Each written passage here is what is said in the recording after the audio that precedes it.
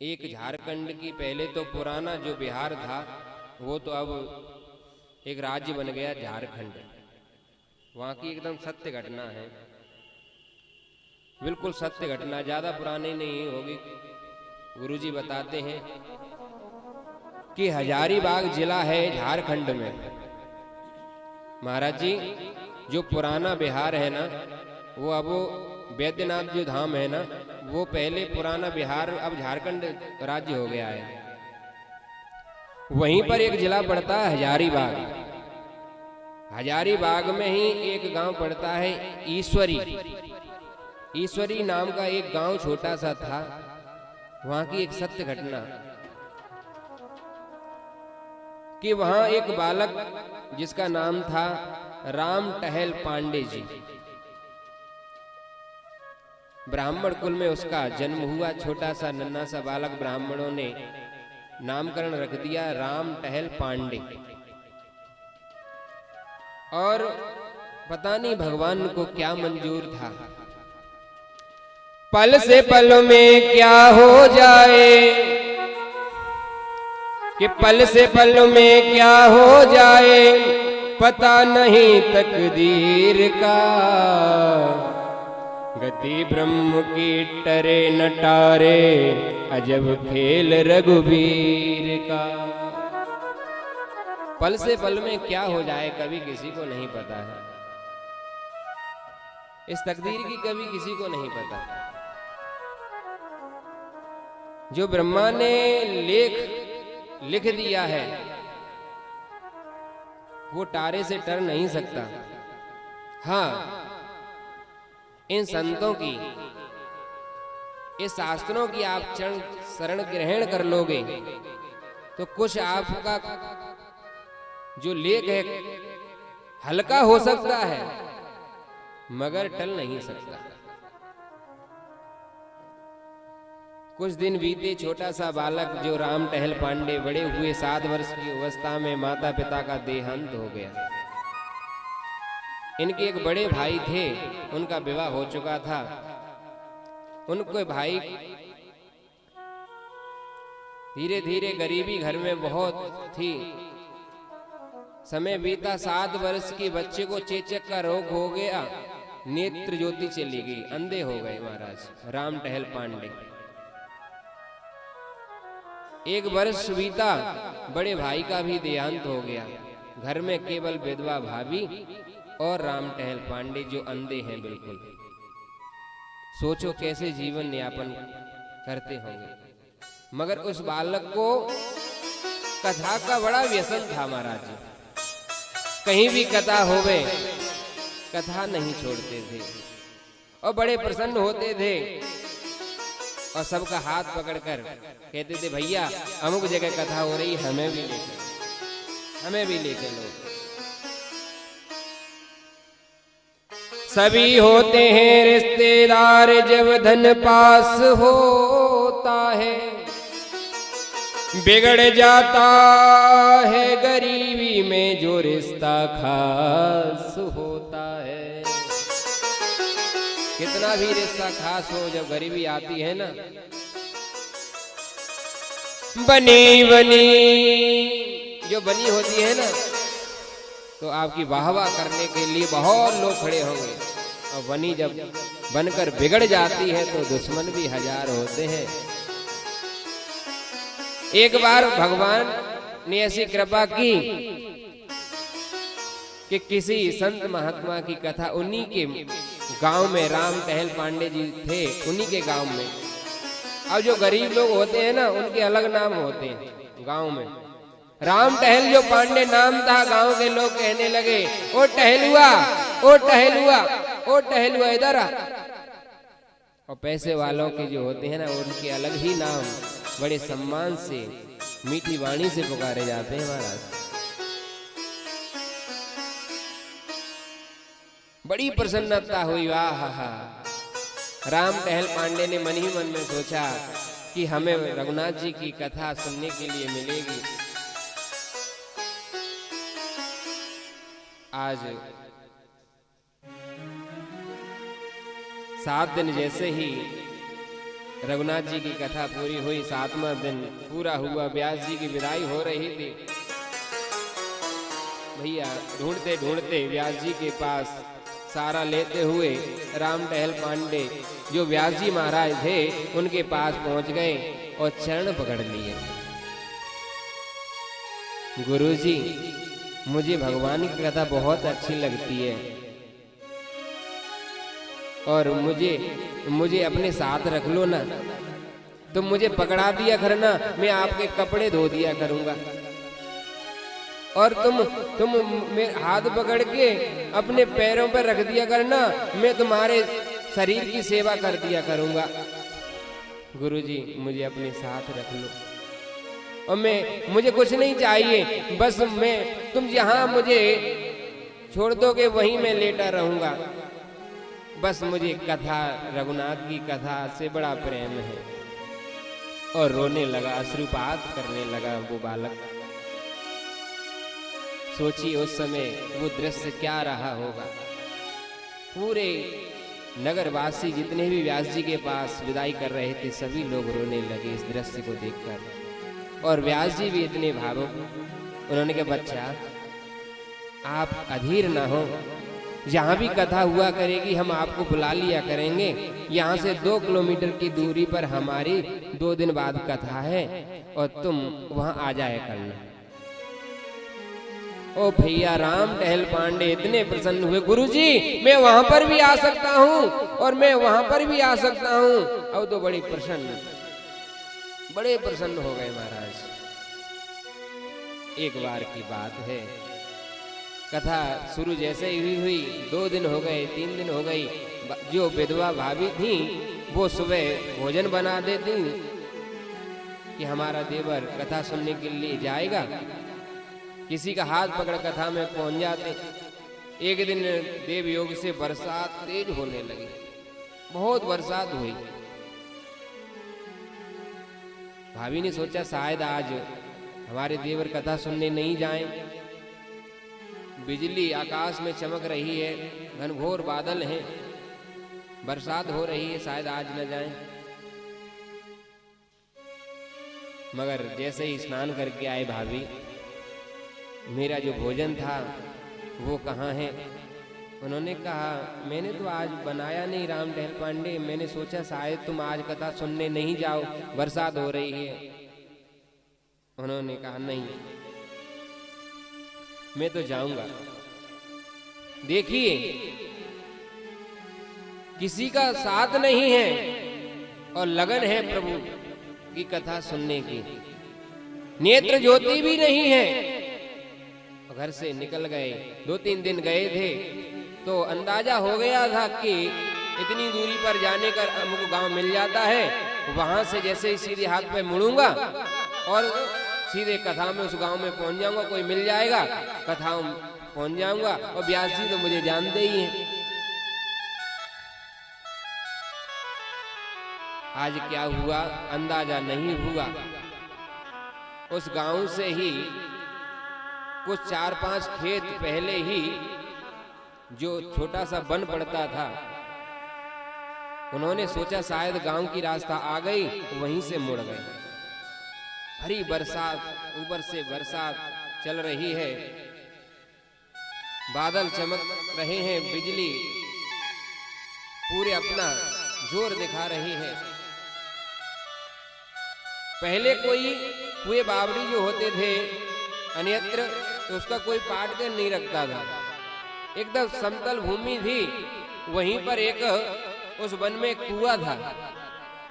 राम टहल पांडे आगे नेत्र ज्योति थी नहीं, धड़ाम सीधे उस अंधे कुएं में जाकर गिर गए। ऊपर से बरसात, घनघोर जंगल महाराज, आसपास कोई वीरान में कोई नहीं है। ऐसा भी नहीं उस मार्ग से थोड़ा सा अंदर चले गए हैं वो कि उस मार्ग से कोई निकलेगा तो कोई निकालेगा, आवाज देंगे। जीवन में राम टहल पांडे ने कभी भगवान से कुछ मांगा नहीं। आज राम टहल पांडे जी भगवान से प्रार्थना करते हैं, हे प्रभु, मात पिता वर बंधु बंधु लियो, बचपन में ही तुमने मेरे माता पिता ले लिए, भाई मुझसे छीन लिया, दुख भोर दियो सब ही सुख लीनो। इतने तुमने दुख दिए, मुझे चेचक का रोग हो गया, ताहू पे तोस न देत न तुम्हें, जग में अंदरो अखियन से कीनो। बचपन में ही रोग हो गया चेचक का, जिससे मेरी नेत्र ज्योति भी चली गई। कभी मैंने दोष भी नहीं दिया, कभी दोष नहीं दिया।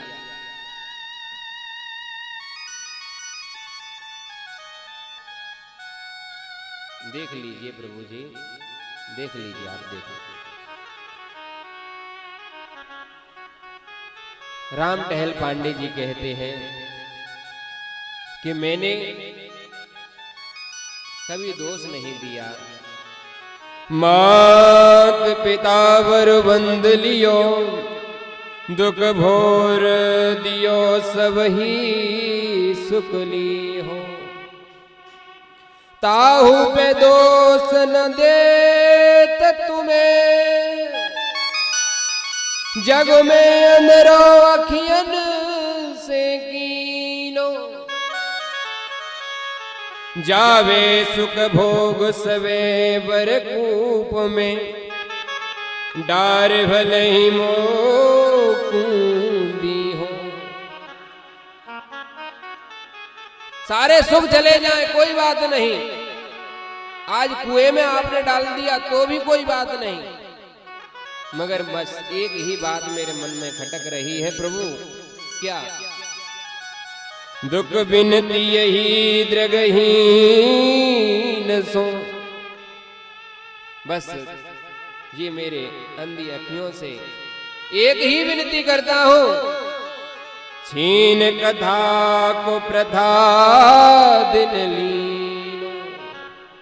आज का दिन मुझे कथा नहीं मिलेगी आपकी प्रभु, मुझे बिल्कुल भी तनिक यह दुख नहीं है कि बचपन में तुमने मेरे माता पिता भाई मुझसे छीन लिया, मेरी आंखें छीन ली, आज कुएं में मैं पड़ा हूं, मुझे नहीं, बिल्कुल भी आपको दोष नहीं दूंगा, मगर आज का दिन मैं आपकी कथा से वंचित रह जाऊंगा। इतने में ही एक व्यक्ति की आवाज सुनाई दी, अरे भैया कोई कथा सुनने के लिए चलेगो का? हाँ भैया, हाँ भैया, हम चलेंगे, हम चलेंगे। मन में पूर्ण विश्वास हो गया आज राम टहल पांडे जी को कि भगवान ही स्वयं मेरी रक्षा करने के लिए आया है। मगर भैया हम कैसे जाएंगे? गांव वालों से कहो हम तो कुएं में गिर गए हैं, हमें दिखता नहीं है, रस्सी लेके आओ, गांव के लोगों को बुलाओ, हमें भैया निकाल लो। अरे भैया जहाँ कथा हो रही थी वहां भी कथा शुरू नहीं हुई। ओह भैया कैसे कैसे क्या हुआ थोड़ा बताओ। अरे भैया जो व्यास जी थे ना वो आज कथा सुनाने में असमर्थ हो गए हैं, स्वास्थ्य बिगड़ गया है थोड़ा। ओहो भैया ये तो बहुत अच्छी बात है भैया, हमें जल्दी से ऊपर निकाल लो, हम तो कुएं में पड़े हैं। उन्होंने कहा ये कुआं थोड़ा ही है, ये तो छोटा सा गड्ढा है, हम अपने हाथ से ही तुम्हें खींच लेंगे। नहीं नहीं भैया हम बहुत गहरे अंधे कुएं में पड़े, हमें ऐसा जान पड़ रहा है। उन्होंने नहीं नहीं छोटा सा गड्ढा है, हम तुम्हें अभी खींच लेंगे अपने हाथ से, देखो। राम टहल पांडे जी समझ गए करुणा के सागर रघुनाथ ही मुझे बचाने आए हैं। उन्होंने कहा भैया देखो हमें तो आपका हाथ दिख नहीं रहा कहाँ है, आप हाथ डालकर हमारा हाथ पकड़ लो ना। रघुनाथ जी ने आज अपना हाथ बढ़ाया और राम टहल पांडे जी का हाथ पकड़ लिया और ऊपर खींच लिया। और जैसे ही ऊपर खींचा तो हाथ छुड़ाकर जाने लगे हैं। राम टहल पांडे जी कहने लगे, प्रभु हाथ छुड़ाए जात हो, निवल जान के मोए। आज हाथ में झटका देकर छोड़ के जा रहे हो, मेरे हृदय से जब निकलोगे तब मैं आपको समझूंगा।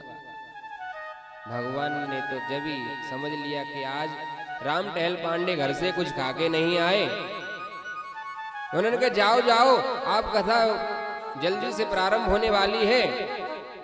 उन्होंने कहा भैया अब हमें तो रास्ता नहीं सूझ रहा, हम कहां जाएं? प्रभु ने तुरंत फिर हाथ पकड़ा और ले जाकर पंडाल के सामने खड़ा कर दिया। बस यही पंडाल आ गई, राम टहल जी मैं अभी आया। इधर देखा कि वहां पर 56 भोग लगे रखे हैं। गांव वालों ने कहा भैया आपकी भाभी जी आई थी यहाँ। उन्होंने क्यों? कि तुम घर से भोजन नहीं करके आए। हाँ हाँ भैया हम घर से भोजन नहीं करके आए थे, बरसात हो रही थी और हमारी भाभी माता ने कुछ बनाया नहीं था। हाँ हाँ हम भूखे हैं, भाभी ने सोचा होगा बेचारा भूखा रहेगा वो, इसलिए वो भोजन लेके आ गई होंगी। हाँ कहाँ है? जैसे ही भोजन उन्होंने पाया, जीवन में कभी राम टहल पांडे ने ऐसी प्रसादी नहीं पाई। बड़ा सुख हुआ, तृप्त हो गए। और जो भाभी के रूप में परमात्मा आए थे, एक पान भी लेके आए थे। पान व्यास गद्दी पर चढ़ाया, शाम को जैसे ही पंडित जी ने खाया, इतने तृप्त हो गए व्यास जी और कहा राम टहल पांडे से, पांडे जी ये भाभी जी की थाली तो ले जाओ, थाली रखी है यहाँ, थाली लोटा ये कटोरियां। और जैसे ही राम टहल पांडे जी आज घर पर पहुंचे और भाभी जी के चरण पकड़ लिए, भाभी जी अगर आप आज कथा में नहीं जाती तो मैं आज पूरे दिन भूखा ही रहता। भाभी ने कहा बेटा इतनी बरसात हो रही थी, मैंने तो सुबह से कुछ बनाया भी नहीं और तुम भी घर से कुछ खा के नहीं निकले थे, और मैं इतनी बरसात में भरी तुमसे आगे वहां अमुक गांव में कैसे पहुंच गई। राम टहल पांडे ने सोच लिया आज तो प्रभु का साक्षात्कार हुआ है, जिन्होंने मुझे कुएं से निकाला, जिन्होंने मुझे आज अपने हाथों से भोजन कराया।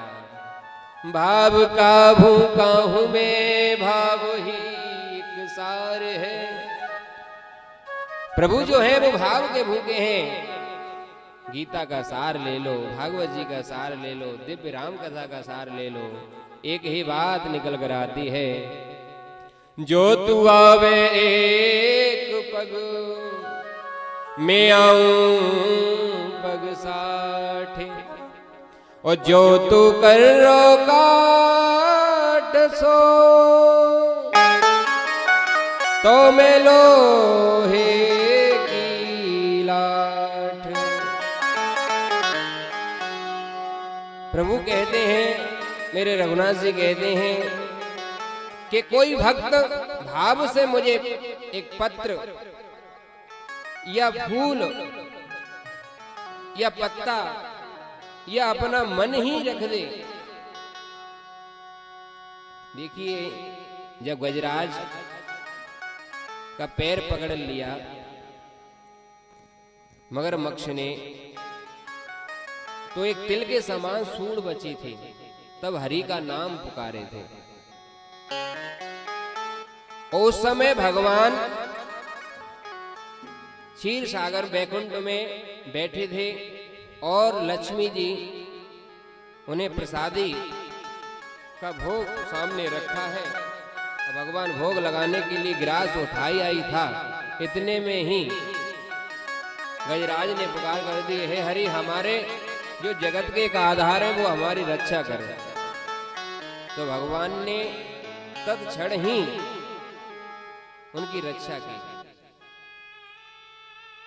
लक्ष्मी जी ने पूछा भी था उस समय कि प्रसाद आप थाली पर बैठे हो, उस समय लाख काम आ जाए, उसे छोड़कर आपको भोजन करना चाहिए, कहां जा रहे हो? तो बोलना चाहते थे कि हाथी डूब रहा है एक सरोवर में, उसे बचाने के लिए जा रहा हूं देवी जी, मगर केवल हा शब्द निकला वैकुंठ में और थी शब्द सरोवर के पास निकला। हाथ पकड़ कमला कहे कहां जात हो ब्रजराज, हाँ तो कमला ने सुनी और थी सुनी गजराज। गजराज ने थी शब्द सुना, तुरंत अपने भक्त को बचा लिया।